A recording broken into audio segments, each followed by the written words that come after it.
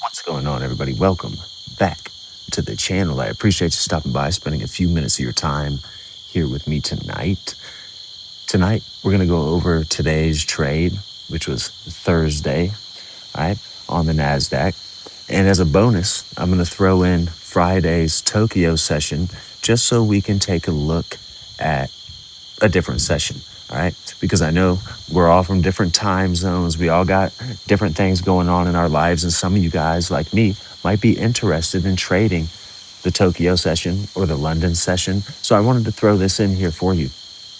And just to show you that we're looking for the same things in any session, on any pair, whatever. All right. Now, this was the chart for today. I took this trade. I shorted this market. I made a killing today. Okay. You know what I mean? Congrats to any of you guys who also got in on this trade. Now, listen, let's just get right into this and break this down. Okay. Now, you can see here, I've labeled this for you. We got Wednesday, we got Thursday. And I broke down sort of the process, the things that I'm looking at, the things that are telling me, all right, we've got a trade here. Okay. So first off, let me just point these things out to you. Okay. So you can see we have a clear target, a clear anchor point for the pump, coil, and dump type of trade, right? Here at the end of the day, near the end of the day here on Wednesday, we have this peak formation low that is put in place. And then the market begins to violently pump upwards, right? As soon as we see this peak formation low put in place and we start to pump up in the opposite direction, this peak formation low can automatically become your target. And once you have identified this target, this simplifies the rest of your process because now you know what you're looking for, right? You're looking for a short trade. If you're looking for a short trade, you're looking for something very specific to happen once we get into your session, right? And that's all you're looking for. Once you see that, you enter the trade, right? You already got your levels in mind. Wherever your stop loss is going to go based on how the chart turns out, you know where your target is. All you have to do is enter the trade, or all you have to do is sit back and wait for your entry criteria to be met. All right. But identifying that target first is a brilliant practice. You all need to be implementing this into your approach to the market. Have a clearly and easily definable target before you're thinking about your entry, because this is going to simplify everything else going forward. You understand? Now, second on the list, we have our two blue lines. This is what's going to form our box, okay? So we have this low of the day from Wednesday and this high of the day from Wednesday, and we simply project those levels horizontally across our charts. And as Stacy loves to say and repeat in almost every video, train your eyes to move horizontally at the levels, all right? Once that level is hit in your timing window, you are now zooming in and inspecting the behavior of price. Okay. So once we have that peak formation low, we pump up, we then coil sideways going into your timing window, which is number 3 on our list. Wait for the New York timing window. Number 4 on the list is in breakout, entering the timing window. So you can see as we enter New York, we are breaking out of that high from the previous day. Okay. You understand what I'm saying? You have that target. Now you're looking for that entry criteria to be met. You have your two blue lines. Once that line is triggered, we're looking at the behavior of price. We want to see some very specific things. Okay. Those specific things are your entry criteria, right? Number 5 on the list, 5-minute engulfments, 1-minute M patterns. All right. We do, and we're going to take a closer look at this. We have 5-minute engulfment candles here. We have our EMA coil, another part of our entry criteria. All All right. And that EMA coil, you can see all these different EMAs. They coil together here and cross over. We're closing below those EMAs. You are in this market, okay? You can see we have this coil right here.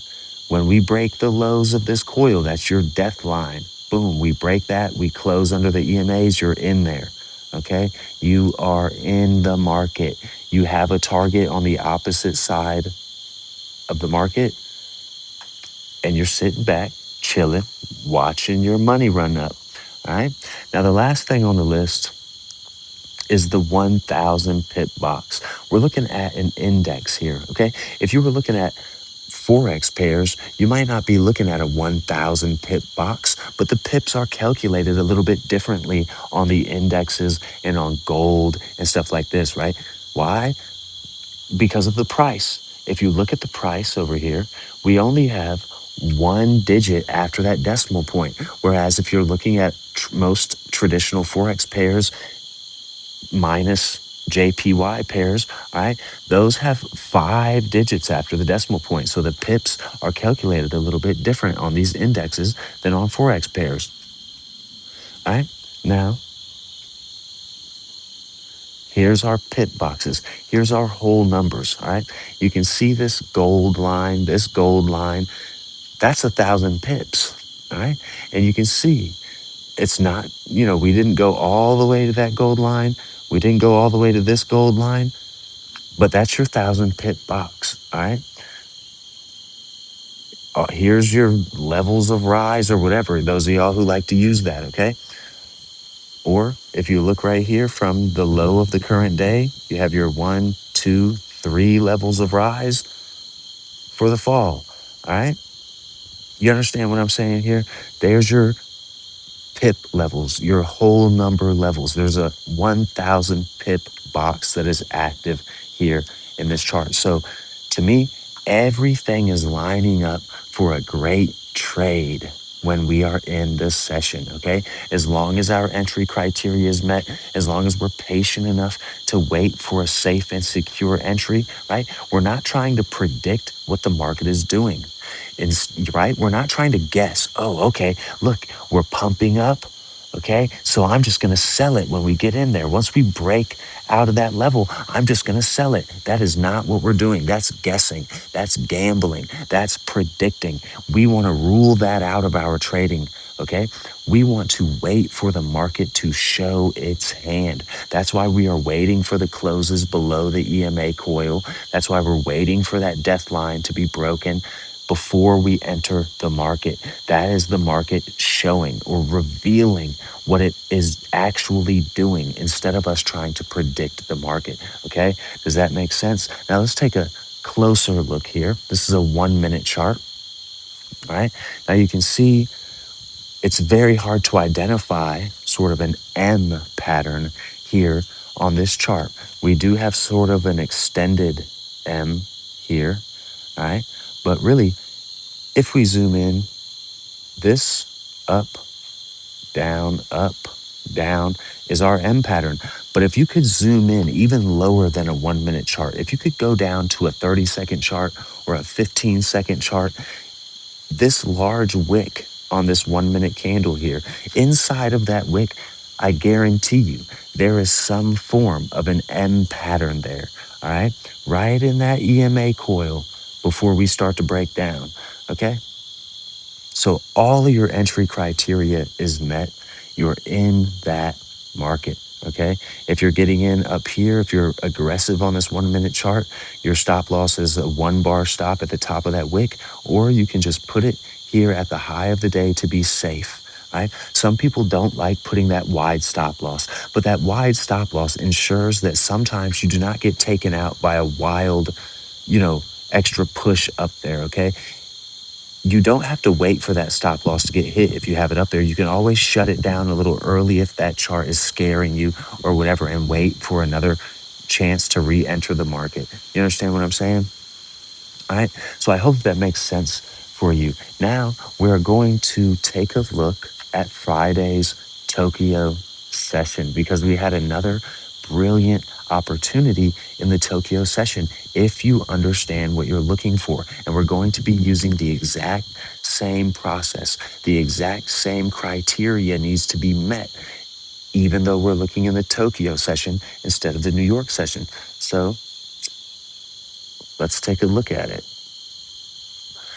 Here's our Tokyo session. All right.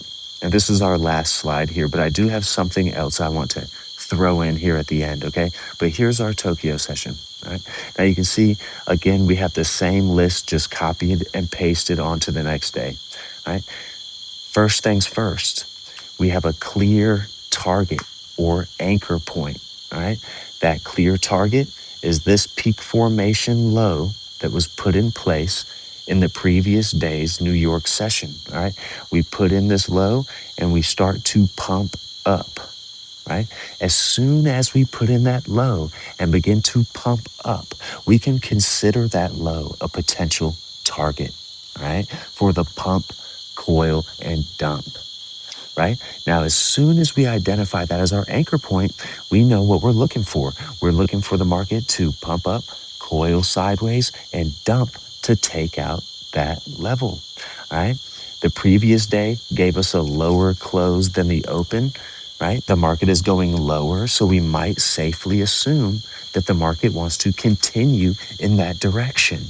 All right? Let's keep it as simple as possible. Now, step two, we have our two blue lines. Okay, we have the previous day's high and the previous day's low.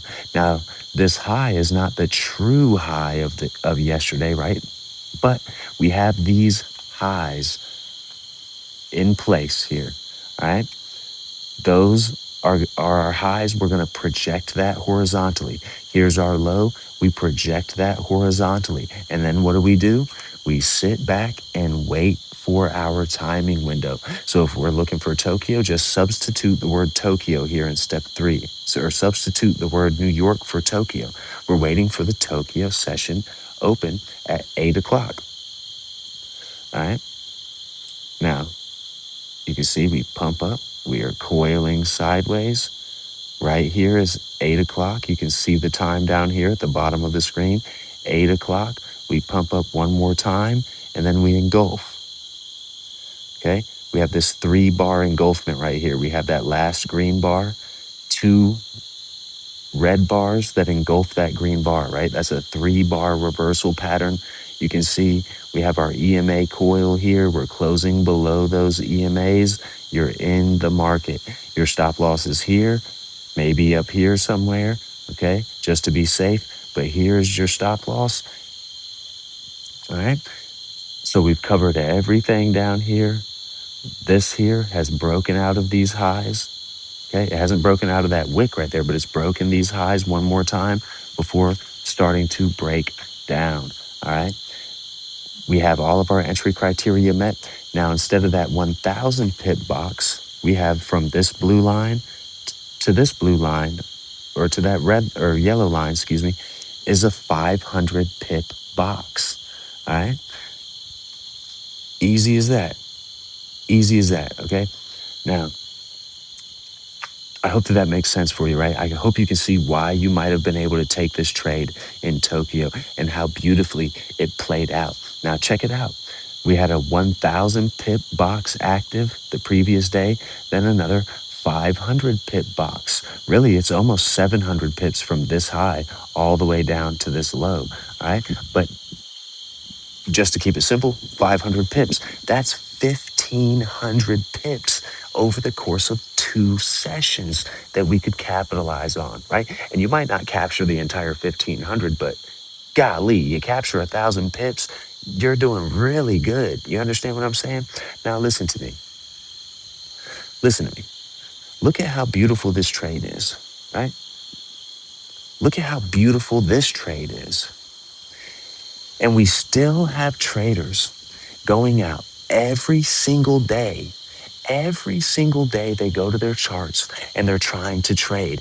Every single day they're trading on garbage charts. They're sabotaging themselves, trying to make $100 per day or something silly like that. You're telling me that you look at this chart right here and you can't find a reason to just sit on your hands and wait for a picture perfect, obvious setup that clicks the boxes or checks the boxes on all of your criteria for your setup.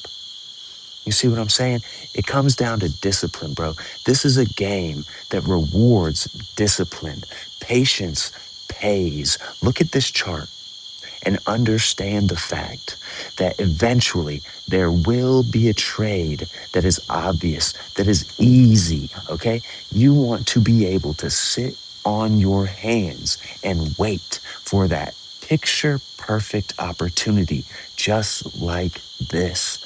It might not happen every single week. That's okay. Stacy tells us in the playbook that one of these trades every few weeks can greatly compound your account. Do you understand what I'm saying to you? Stop going to your charts and trading every single day, whittling down your account balance until you feel like a worm, okay?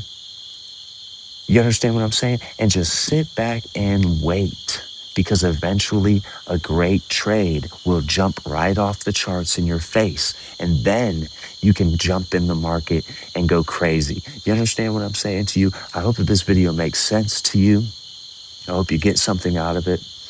I appreciate y'all being here. Please do me a favor, subscribe to the channel, like this video, join the free Discord, bro. I'm in there for support almost every single day. I'm not trading every single day, obviously, right?